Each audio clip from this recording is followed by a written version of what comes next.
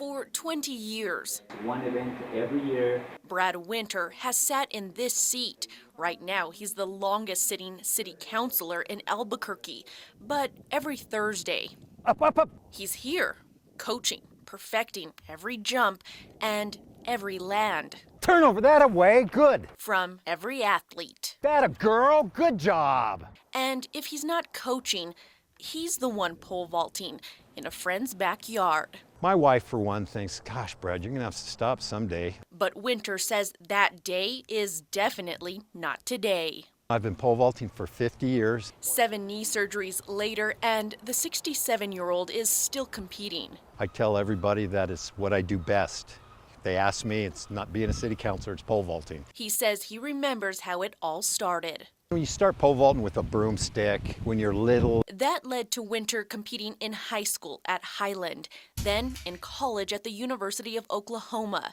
These days, I was in the National Senior Games 2 years ago in Birmingham, Alabama, where he placed second. My age group is 65 to 69, so I just turned 65, so I was the young guy in the age group. 2 years later, and the 2019 National Senior Games are about to kick off in Albuquerque on Saturday. I know one of my friends just got in the age group, and he's pretty tough, so, you know, I'm kind of looking forward to being in the 70-year-old age group now. And being the young one. And being the young one. While he says the sport isn't for everyone, his friends say it will be tough to beat this hometown boy in his own backyard. Marissa Lucetto, KRQE News 13. I do feel like I'm getting better, and the reason why I feel that way is my team. About 2 weeks ago, John Bones Jones was defending his UFC light heavyweight title against Thiago Santos. And while the spotlight was on him in Las Vegas, News 13 is now learning there was a bench warrant for his arrest at the time. It stems from a visit at TD's Eubanks Show Club in April.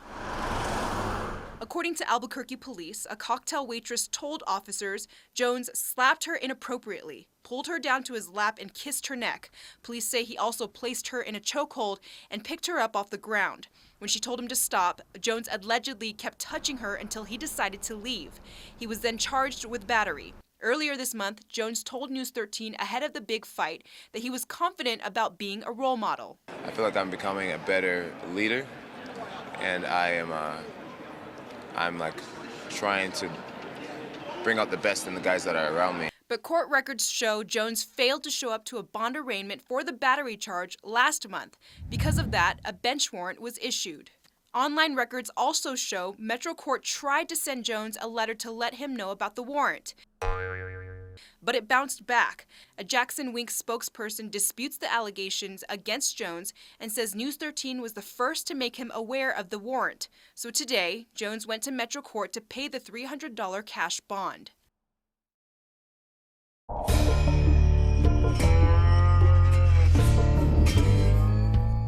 It wasn't looking good for Walter White the last time fans saw him.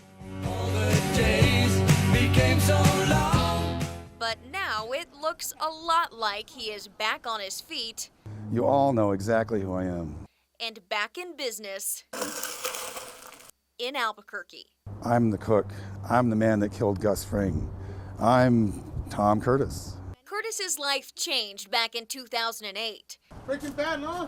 When a little show called Breaking Bad really started taking off. People kept telling me since like the second season that I look like Walter White. Almost unbelievably, Curtis says he doesn't see the similarity. But after the comparisons just kept coming, Watch, it's gonna come down.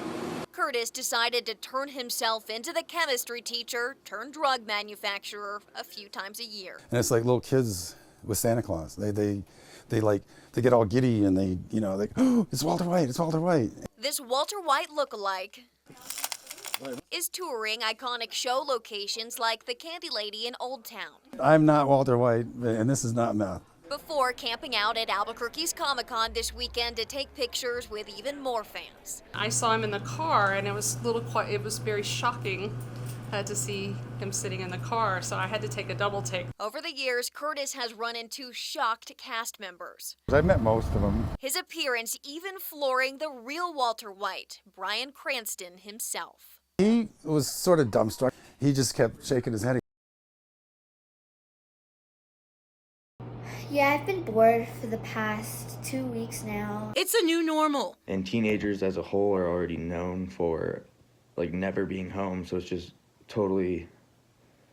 a change in routine. And New Mexicans are still trying to adjust. For now, it's just not getting ready and literally working right where I sleep. But it's clear. Being stuck inside has everyone. Feeling stir crazy a little bit this week. Moms say they're just trying to keep their kids busy. I would say we're pros at staying home, but this is a lot. They are starting to fight more, and it's getting crazy because they're yelling and screaming, and we're starting to feel a little anxious. And teenagers admit they actually miss going to school. Not only does it get us out of the house, but like it keeps our minds going, and I think that's what all of us teens in New Mexico are craving, is just something organized that we get to do every single day. There's no doubt the cabin fever has set in.